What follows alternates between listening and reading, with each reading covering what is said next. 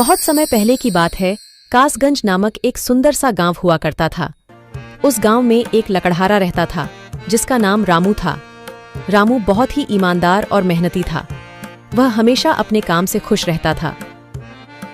उसके पास ज्यादा पैसे नहीं थे, लेकिन वह अपनी जिंदगी से संतुष्ट था। रामू के परिवार में उसकी पत्नी और उसके 2 बच्चे थे। रामू सेठ लालचंद के यहाँ लकड़ी काटने का काम करता था और लकड़ी काटने के बदले में सेठ लालचंद रामू को पैसे देता था, जिससे रामू और उसके परिवार का जीवन व्यापन होता था। सुमन, मैं काम पर जा रहा हूँ। आज बहुत देर हो गया है, तो तुम बच्चों को स्कूल छोड़ आना। जी, स्कूल तो मैं छोड़ आऊंगी, लेकिन मोनू और चिंकी पिछले 2 दिन से कह रहे हैं कि उनके स्कूल की टीचर स्कूल की फीस मंगा रही है। हाँ, तो जाकर दे आओ ना स्कूल की फीस। अजी कहाँ से दूं? आप जो पगार लाते हैं उसमें मुश्किल से तो घर चल पाता है। अब उतनी सी तनख्वाह में मैं बच्चों की फीस का इंतजाम कैसे करूं? अजी मैं एक बात आपको साफ साफ कह देती हूँ, आप सेठ लालचंद जी से पगार बढ़ाने की बात कहिए। दिन पर दिन खर्च बढ़ता जा रहा है। बाजार में अगर सब्जी लेने निकलो तो सब्जियों के दाम आसमान छू रहे हैं, और बच्चों की पढ़ाई का खर्चा, घर का खर्चा, अब इतनी कम तनख्वाह में कैसे गुजारा होगा? ठीक है, मैं आज ही सेठ जी से थोड़ा पगार बढ़ाने की बात करता हूँ। इतना कहकर रामू काम पर चला जाता है।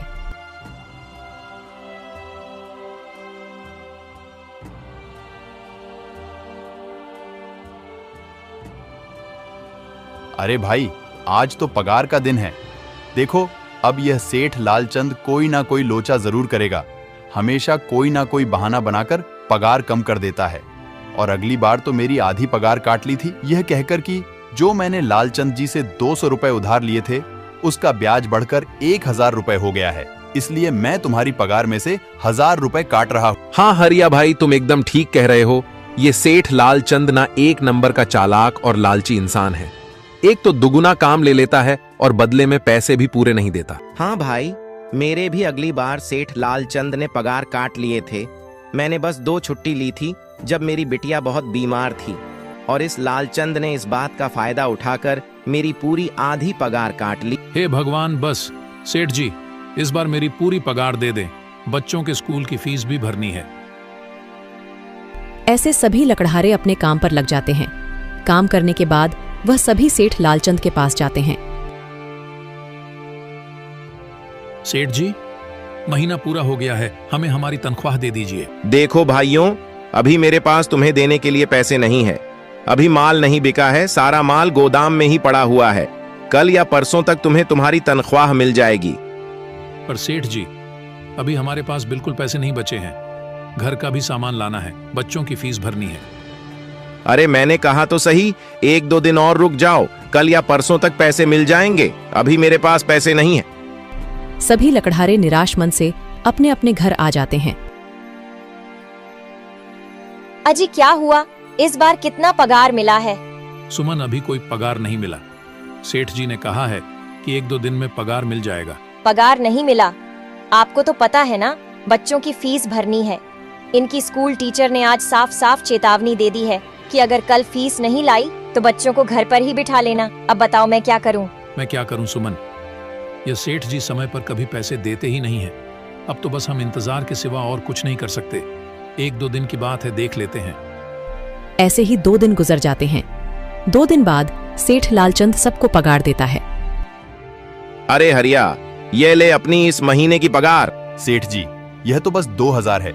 मैंने तो इस महीने 3000 तक का काम किया है। हाँ, काम तो किया है, लेकिन तूने 1-1 घंटे आराम भी तो किया है। ये पैसे उसी आराम के कांटे हैं। पर सेठ जी, आपने तो कहा था 8 घंटे काम के महीने में 3000 मिलेंगे, और मैंने तो 8 घंटे काम किया और 1 घंटे आराम। देख हरिया, मुझे ज्यादा हिसाब किताब न समझा।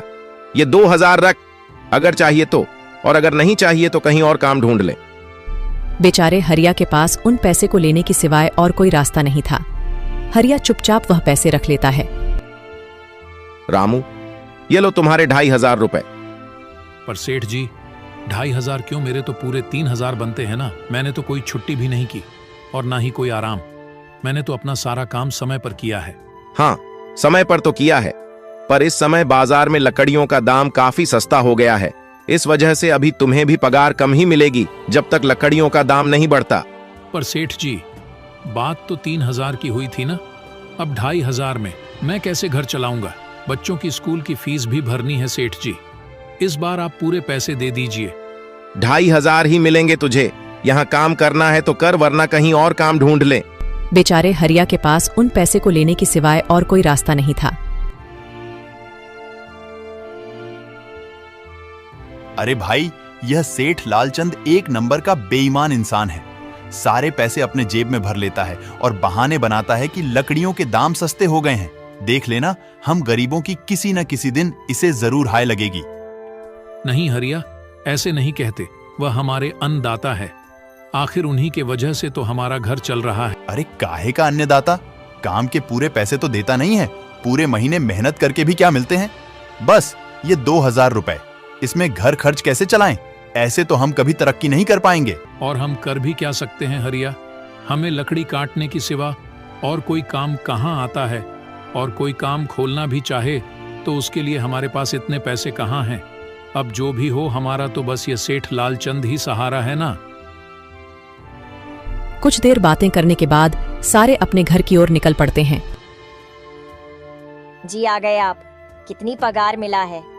सुमन, इस बार सेठ जी ने बस 2,500 रुपए ही दिए हैं। बस 2,000? इतने में कैसे घर चलाएंगे? बच्चों की फीस में ही 1,000 रुपए निकल जाएंगे। फिर 1,500 में क्या क्या करेंगे? अब मैं क्या कहूँ सुमन, अब तुम्हें इसी में ही गुजारा करना होगा। तुम सबसे पहले बच्चों की फीस भर देना, इसके बाद बाकी का मैं देखता हूँ। अजी आप क्या देख लोगे? सेठ जी से पूरे पैसे तो मांगे नहीं गए आपसे? नहीं सुमन, मैंने सेठ जी से पैसों के लिए कहा था, पर सेठ जी ने साफ इनकार कर दिया और कहा, यह लेना है तो लो, वरना कहीं और काम ढूंढ सकते हो। मैं सोच रहा हूं कि लकड़ी काटने के बाद मैं कहीं और भी काम ढूंढ लूं। सेठ जी के यहां से काम करने के बाद मैं दूसरी जगह पर काम किया करूंगा, इससे कुछ ज्यादा आमदनी हो जाएगी। आज ही मैं सेठ जी के यहां पर काम करने के बाद और भी जगह काम ढूंढने जाऊंगा। इतना कहकर रामू काम पर निकल जाता है और जैसा कि रामू ने कहा था, वह लालचंद के यहाँ काम करने के बाद काम की तलाश में निकल जाता है। रामू पूरे गांव में काम ढूंढता है, दुकानों दुकानों पर जाकर लोगों से काम मांगता है, मगर हर जगह रामू को केवल निराशा ही हाथ लगती है। अंत में थक हारकर रामू वापस जाने लगता है। तभी वह देखता है कि अचानक बहुत सारे भैंसों का झुंड उसकी तरफ दौड़े आ रहा है। यह देखकर रामू बहुत डर जाता है। वह इधर उधर देखता है तो उसे एक गुफा दिखती है और वह गुफा में जाकर छुप जाता है। जब भैंसों का झुंड वहां से निकल जाता है तब रामू की जान में जान आती है। हे भगवान, आज तो बाल बाल बच गया मैं, वरना आज तो मैं इन भैंसों के पैरों तलों तो कुचला ही जाता। पर यह मैं कहां आ गया? रामू यह सब सोच ही रहा था कि तभी उसकी नजर गुफा में रखी एक टोकरी पर जाती है। रामू उस टोकरी के पास जाता है। ये कैसी गुफा है? ये कैसी टोकरी यहां पड़ी है? इसे मैं घर ले जाता हूं, सामान रखने के काम आ जाएगी। रामू जैसे ही उस टोकरी को हाथ लगाता है, गुफा में से एक आवाज आती है, रुक जाओ, इसे छूने की कोशिश मत करो। यह आवाज सुनकर रामू एकदम पीछे हट जाता है। तभी गुफा में एक जिन्न प्रकट हो जाता है और वह रामू से कहता है, कौन हो तुम और मेरी गुफा में क्या कर रहे हो? मुझे माफ करना, आप जो भी हो। कुछ भैंसों का झुंड मेरे पीछे पड़ गया था और उनसे बचने के लिए मैं इस गुफा में आकर छिप गया और फिर मेरी नजर इस टोकरी पर गई। माफ कीजिए, मुझे लगा यहाँ कोई नहीं है तो यह टोकरी किसी की नहीं होगी, इसलिए मैंने इसे छुआ। रामू, तुम्हें डरने की जरूरत नहीं है। मैं तुम्हारे बारे में सब जानता हूँ। मेरी नजर एक बार भी जिस पर पड़ जाती है, मैं उसका इतिहास अपनी खुली आंखों से देख सकता हूँ। पर आप है कौन और आप इतने विचित्र क्यों दिखाई पड़ रहे हैं? आप अपना परिचय दीजिए। कौन है आप? मैं एक जिन हूँ और मैं कई सालों से इस गुफा की रक्षा कर रहा हूँ। यह गुफा मेरे पूर्वजों की है। इस गुफा में केवल वही इंसान घुस सकता है जिसका मन बिल्कुल पवित्र हो। अगर तुम अपवित्र होते तो तुम इस गुफा में कभी नहीं घुस पाते। तुम एक सच्चे इंसान हो, इसलिए तुम इस गुफा में घुस पाए और इस टोकरी को छू पाए। अब तुमने इस टोकरी को छुआ है तो यह टोकरी तुम्हारी हो। नहीं, मुझे यह टोकरी नहीं चाहिए। मैं तो बस देख रहा था। डरो मत रामू, तुम ये टोकरी ले जाओ।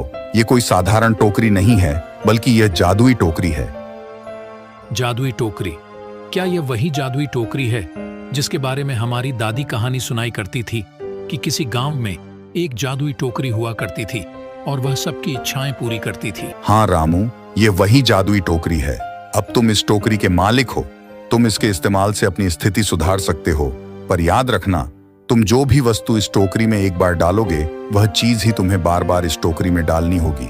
इसके अलावा तुम और दूसरी कोई चीज इस टोकरी में नहीं डाल सकते। अगर तुमने ऐसा किया तो इसका परिणाम तुम्हें ही भुगतना होगा। मेरी इस बात को हमेशा ध्यान में रखना और सोच समझकर बिना लालच किए इस टोकरी में वह ही सामान रखना जिसकी तुम्हें जरूरत हो। रामू टोकरी को लेकर घर आ जाता है। सुमन, ये देखो, ये मैं क्या लेकर आया हूँ। क्या लाए हो आप? बस ये एक टोकरी।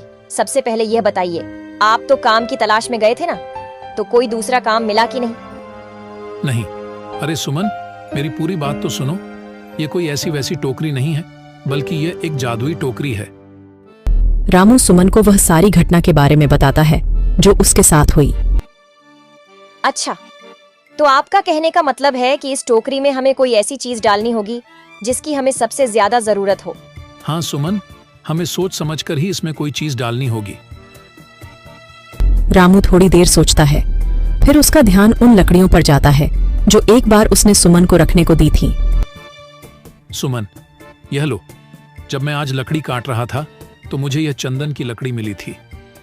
इसे अपने पास संभाल कर रख लो, कभी जरूरत पड़ी तो हम इसका इस्तेमाल करेंगे। सुमन, तुम्हें याद है, एक बार मैं जंगलों में लकड़ियां काटने गया था तो मुझे एक चंदन की लकड़ी मिली थी और वह मैंने तुम्हें लाकर दे दी थी। हाँ, दी तो थी। तो तुम उस लकड़ी को ले आओ। हम उस चंदन की लकड़ी को ही इसमें डालेंगे और उस लकड़ी से अपना एक व्यापार शुरू करेंगे। सुमन चंदन की लकड़ी को ले आती है और उसे टोकरी में डाल देती है। वह जैसे ही चंदन की लकड़ी उस टोकरी में डालते हैं, उसमें कई सारी लकड़ियां आ जाती हैं। अरे वह, यह तो चमत्कार ही हो गया। ये देखिए, कितनी सारी चंदन की लकड़ियां हो गई। अगर आप इसको बेचेंगे तो इससे काफी अच्छे पैसे मिलेंगे। हाँ राधा, मैं कल सुबह बाजार जाकर इनको बेच आऊंगा और जो पैसे मिलेंगे उससे हम अपने मोनू और चिंकी के स्कूल की फीस भर देंगे और बाकी बचे पैसों को संभाल कर रख लेंगे। अगले दिन रामू लालचंद सेठ के यहाँ काम पर न जाकर चंदन की लकड़ियों को बेचने के लिए बाजार की ओर निकल पड़ता है। वहां पर रामू चंदन की लकड़ियों को बहुत ही कम दामों में बेचा, जिसकी वजह से आम लोगों के साथ साथ बड़े व्यापारियों ने भी रामू से चंदन की लकड़ियां खरीदी। लकड़ियों को बेचकर रामू को काफी अच्छे पैसे मिले। पैसों को लेकर चंदन घर आ जाता है। ये देखो सुमन, उन लकड़ियों को बेचकर मुझे कितने सारे पैसे मिले हैं। ये लो कुछ पैसे, इससे तुम कल मोनू और चिंकी के स्कूल के फीस भर देना। अच्छा, तो मैं काम पर जाता हूँ। अजी, आपके पास तो अब यह जादुई टोकरी है, तो अब आपको उस सेठ लालचंद के यहाँ काम करने की क्या जरूरत है? हाँ सुमन, मैं सेठ लालचंद जी के यहाँ काम पर नहीं जा रहा, बल्कि मैं तो वहां पर जो काम कर रहे बाकी के लकड़हारे हैं उन्हें ये खुशी की खबर देने जा रहा हूँ, क्योंकि सेठ लालचंद जी से मेरे साथ साथ वह लकड़हारे भी बहुत परेशान थे। इसलिए अगर मेरा भला हो रहा है तो क्यों ना मैं उन सभी का भला करूं। वह सभी बहुत ईमानदार लकड़हारे हैं, वह सभी बहुत मेहनत से काम करते हैं, मगर लालचंद ने कभी भी उनको उनकी मेहनत के सही पैसे नहीं दिए। इसलिए मैंने सोचा है क्यों ना मैं उनको अपने इस काम में शामिल कर लूं।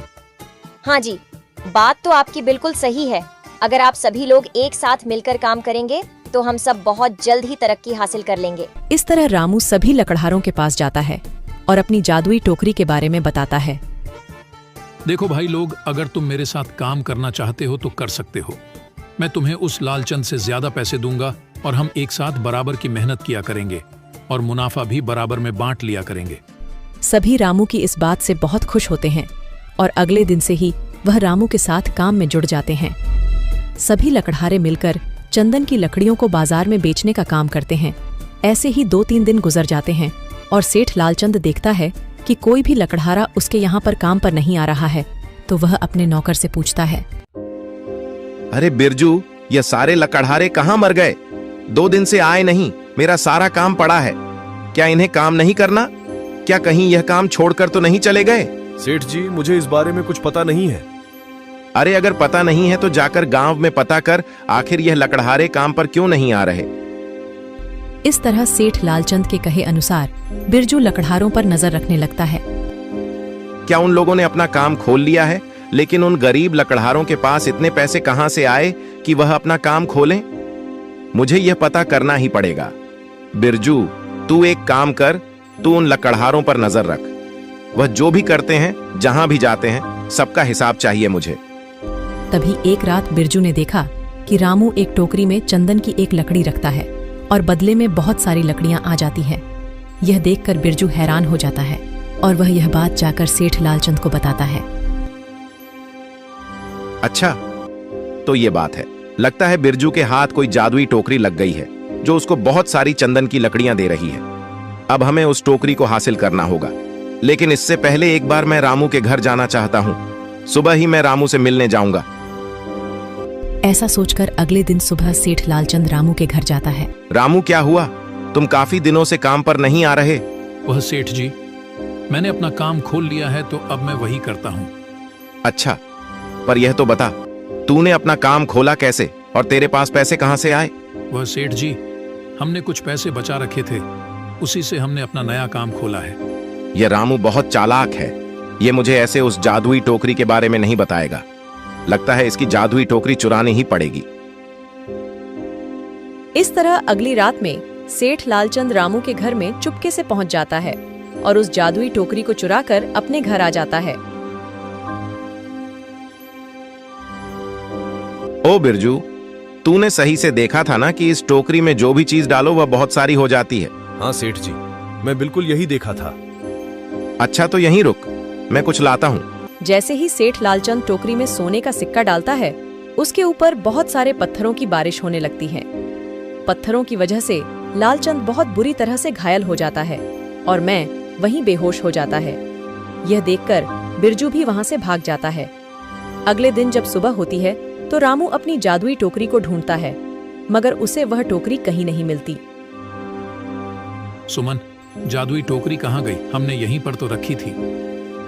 पता नहीं जी, यहीं पर टोकरी रखी थी, पर अचानक से कहाँ चली गई? हो लगता है किसी ने हमारी टोकरी को चुरा लिया। अभी तो हमने ठीक से व्यापार शुरू भी नहीं किया था और वह टोकरी चोरी हो गई। हम फिर से गरीब हो गए। वे लोग इतनी बातें कर ही रहे थे कि तभी वह जादुई जिन उनके घर में प्रकट हो जाता है और उसके पास उसके हाथ में वही जादुई टोकरी थी। रामू, ये लो तुम्हारी जादुई टोकरी। ये सेठ लालचंद ने तुम्हारे घर से चोरी कर ली थी और इसको चोरी करने का दंड उसे मिल चुका है। उसे अपने जीवन का सबसे अच्छा सबक मिला होगा। अब वो इस टोकरी को दोबारा चुराने की हिम्मत नहीं करेगा। अब तुम इस टोकरी का दोबारा इस्तेमाल कर सकते हो और अपने जीवन को सुधार सकते हो। इतना कहकर वह जिन वहां से चला जाता है। रामू ने उस टोकरी की मदद से दिन दोगुनी रात चौगुनी तरक्की की और साथ ही साथ अपने लकड़हारे दोस्तों की भी काफी मदद की। उन सभी लकड़हारों की जिंदगी काफी सुधर गई थी। अब वह सभी एक व्यापारी बन चुके थे और बहुत अच्छे से अपना जीवन व्यापन कर रहे थे।